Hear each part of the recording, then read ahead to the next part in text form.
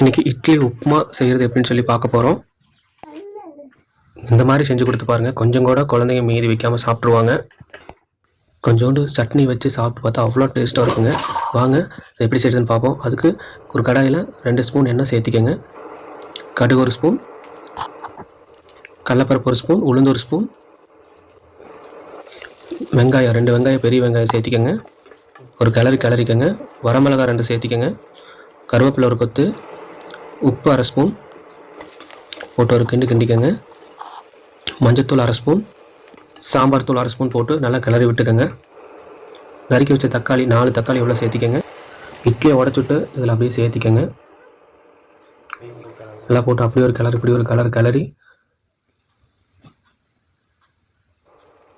கூடவே கொத்தமல்லி தழை கொஞ்சோண்டு போட்டு நல்லா ஒரு கிளறிக்கங்க. அவ்வளோதாங்க, நம்ம இட்லி உப்புமா ரெடி. இந்த ரெசிபி உங்களுக்கு பிடிச்சிருந்தா எங்களோட சேனலுக்கு